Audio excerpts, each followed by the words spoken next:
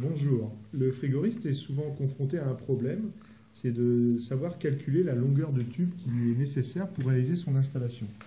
Ça s'appelle donc un calcul de développé. Voici un exemple.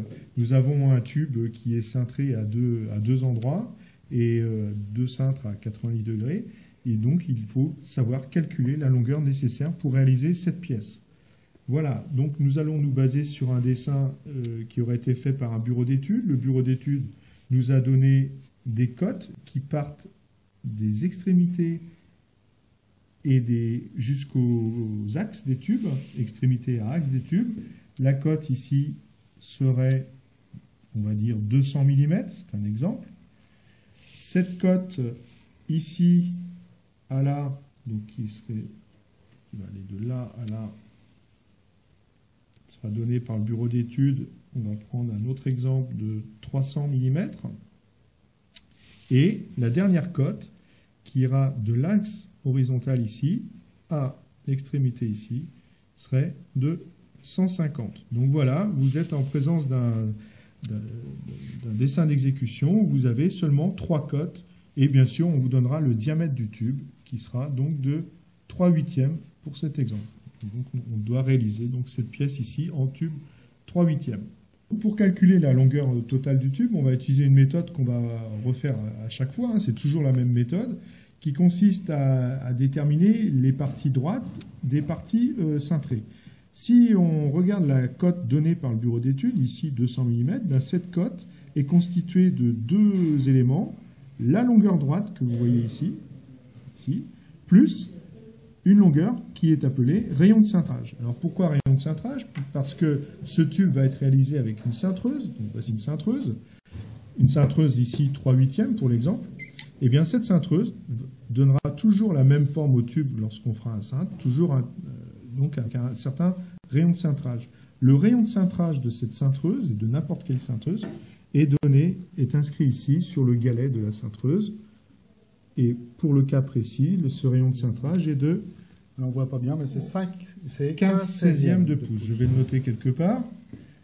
Rayon de cintrage d'une cintreuse 3/8, 15/16 de pouce. Attention, c'est ma cintreuse à moi qui a ce rayon de cintrage. Peut-être qu'une autre marque de cintreuse aurait peut-être un autre rayon de cintrage. D'accord. Voilà, donc on va maintenant pouvoir, grâce à la connaissance du rayon de cintrage, et aux cotes données par le bureau d'études, on va pouvoir déterminer les longueurs droites. Une fois qu'on aura déterminé toutes nos longueurs droites, on va se pencher un petit peu sur la longueur qu'il faut pour réaliser un coude à 90 degrés. Et on additionnera le tout. Nous avons donc 3 longueurs droites à calculer, celle-ci, celle-là, celle-là, 3 longueurs droites et un coude, 2 coudes. On s'aperçoit donc que le rayon de cintrage apparaît sur plusieurs endroits, donc il convient de le mettre en millimètres, hein, puisqu'il nous est donné par la cintreuse en pouces. Donc on va faire le petit calcul, la petite conversion. Hein, donc, un pouce c'est combien? Alors un pouce c'est combien? Un pouce est égal à 25,4 mm. Ce qui veut dire que 15/16 de pouce, c'est 15/16 multiplié par 25,4. Calculatrice. 23,8 mm. Donc, sur mon dessin, toutes les lignes où il y aura RC, rayon de cintrage, sera pour valeur 23,8. Et bien, avec tous ces éléments, le dessin, la connaissance du rayon de cintrage en millimètres, nous allons pouvoir déterminer la première longueur droite. Première longueur droite, en fait, si on regarde la cote de 200 mm, c'est bien la somme de la longueur droite plus du rayon de cintrage. Donc ici, la cote de 200 mm est égale à la longueur droite plus le rayon de cintrage. Nous connaissons ça, puisque c'est donné. Nous connaissons le rayon de cintrage, puisque ça nous est donné par la cintreuse. On va pouvoir déterminer la longueur droite ici, donc qui est 200 moins rayon de cintrage. Je pose le calcul, 200 moins 23,8, ce qui nous fait... Voilà, donc nous venons de calculer notre première longueur droite, on va faire exactement la même chose sur cette deuxième longueur droite. Mais il y a une particularité par rapport à tout à l'heure, c'est que là, notre longueur droite est prolongée par un coude d'un côté et un coude de l'autre côté. Donc on voit que la cote donnée par le dessinateur, par le bureau d'études de 300 mm, eh bien ce 300 mm, c'est la somme de un rayon de cintrage, ici, une longueur droite et un deuxième rayon de cintrage. Donc si je pose l'opération, mes 300 mm égale rayon de cintrage ici, plus longueur droite là, plus dernier rayon de cintrage ici.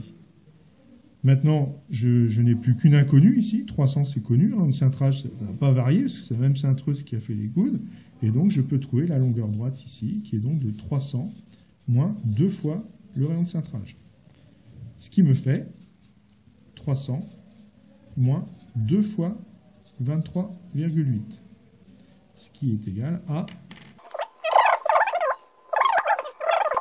nous avons notre deuxième longueur droite. La troisième longueur droite, eh bien, c'est un cas similaire au premier exemple, puisque là, on voit que la cote donnée par le bureau d'études est de 150. C'est bien la somme d'une longueur droite plus du rayon de cintrage. Donc, je vais tourner la feuille ici. On voit bien que la cote ici de 300, c'est bien rayon de cintrage plus longueur droite. 150, la cote, est égale à longueur droite plus rayon de cintrage. Ce qui veut dire que longueur droite est égale à 150 moins rayon de cintrage, c'est-à-dire 150 moins 23,8, ce qui nous fait... Voilà. Donc je viens de trouver mes 3 longueurs droites. Le problème n'est pas pour autant terminé. On peut les remettre sur notre feuille. Voilà, donc nous allons les reporter ici. Donc ici, nous avons... Si je dois couper un tube, il ne faut pas que j'oublie que, en fait, ça, c'est un tube aussi. On n'a pas calculé cette longueur-là. Cette longueur-là, on s'aperçoit qu'elle a été formée sur ma cintreuse et que ça correspond au quart du périmètre complet de ce cercle ici. On voit bien qu'un coude à 90, c'est le quart du périmètre complet. Qu'est-ce que c'est que le périmètre? Comment on calcule un périmètre d'un cercle? Petit rappel. Périmètre d'un cercle, c'est 2 fois pi fois rayon. Pour nous, ça sera rayon de cintrage. Ce qui fait que notre coude, qui fait un quart de périmètre, eh bien, ça correspond au périmètre divisé par 4, hein, c'est la même chose, ce qui fera donc 2 fois pi fois le rayon de cintrage divisé par 4. Je pose l'opération, 2 fois pi fois 23,8, ça c'est mon rayon de cintrage, divisé par 4. Ça c'est la longueur d'un coude.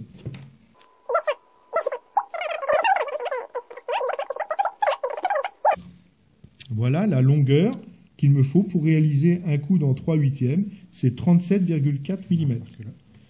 Là, ici, la longueur, là, si je devais la dessiner comme ça, c'est 37,4 mm. Et là aussi, bien sûr, puisque c'est la même cintreuse qui a réalisé ce coude ici, 37,4 mm. Eh bien, nous avons tous les éléments pour déterminer la longueur du tube. On voit bien que la longueur totale du tube, c'est 176,2 plus 37,4 plus 252,4 plus 37,4 plus 126,2. Je pose l'opération. Longueur totale, je vais faire ici. Longueur totale du tube est égale à la somme de tout ce que je viens de calculer.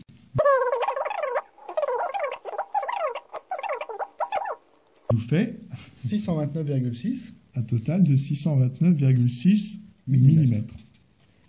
Alors, il conviendra donc de ce qui fait à peu près 63 cm. Alors, on peut arrondir. Voilà, on va arrondir, on va prendre une petite marge de sécurité, puisqu'on n'est pas à l'abri de... Surtout si on va trouver un dudgeon au bout, qu'on rate son dudgeon, qu'on le refait, on va consommer un petit peu de tube, donc on n'est pas à 2 ou 3 cm de tube près. Donc, on va rajouter environ 5%, hein, qu'on fera de tête, hein, donc ce qui fait environ 3 cm.